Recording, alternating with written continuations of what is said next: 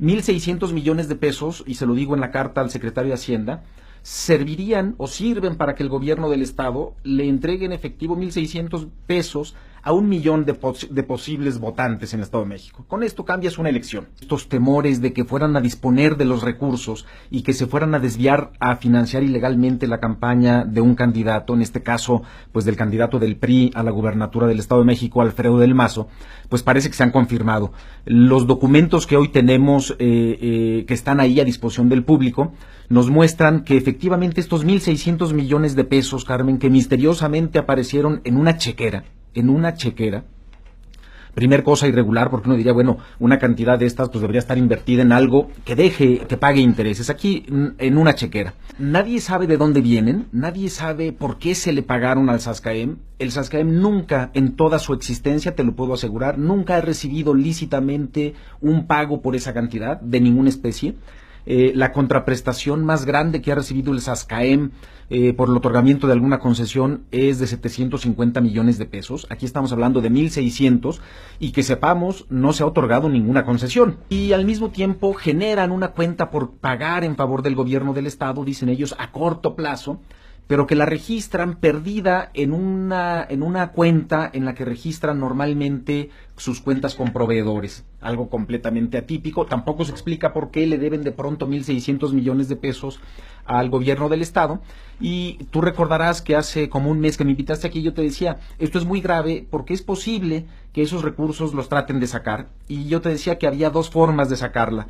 La menos ilegal o la menos grotesca era pagársela al gobierno del estado, es decir, efectivamente transferirla a una cuenta del gobierno del estado, y ahí a través de la tesorería pues es muy fácil perderla, ¿no? Perderla a muchas cosas, entre otras a fondear, por ejemplo, tarjetas como la efectiva, como este tipo de apoyos con los que se puede cambiar una elección, Carmen. Por otra parte, lo que es muy claro en estos nuevos estados financieros es que esa chequera donde había 1.600 millones de pesos, ya solo tiene 550 mil pesos. Es decir, nos faltan 1.599.5 millones de pesos.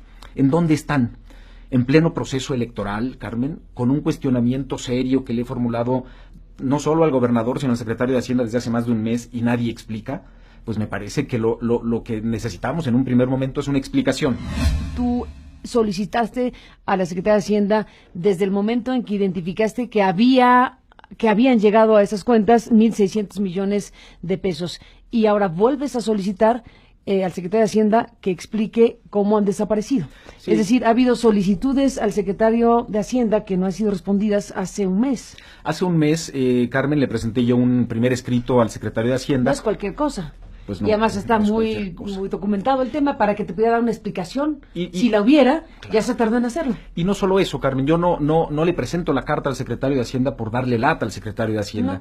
Lo presento porque hay uno de esos artículos absurdos en la ley, absurdos, que se tienen que cambiar, como esta otra disposición de la Ley del Mercado de Valores, que faculta, que le otorga a la Secretaría de Hacienda el monopolio de la denuncia en ciertos delitos que tienen que ver con el sistema financiero mexicano. Esto debe acabar. Es decir, el ciudadano común y corriente, el ciudadano de a pie, tú y yo, no podemos ir a denunciar delitos, por graves que sean, en materia, por ejemplo, de manipulación contable, como la de OHL y Deloitte, que están ahí denunciados por mí, pero que no avanzan, porque la ley dice que esos delitos solo se persiguen a petición de la Secretaría de Hacienda.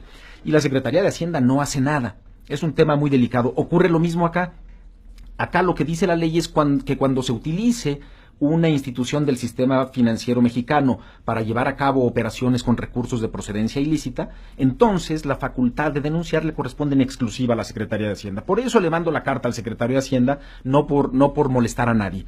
Y luego recibo una respuesta absurda, te recordarás que también la diste a conocer tú aquí, de la Unidad de Inteligencia Financiera, que emite un individuo que no pone ni siquiera su nombre, Carmen. Es decir, uno de los primeros elementos, ya no te digo de validez de un oficio, sino de existencia, pues que alguien ponga el nombre. Está su firma, pero no está su nombre. O sea, una firma, pero no sabemos quién es, ni sabemos si esa firma corresponde a quien se supone que debería firmar.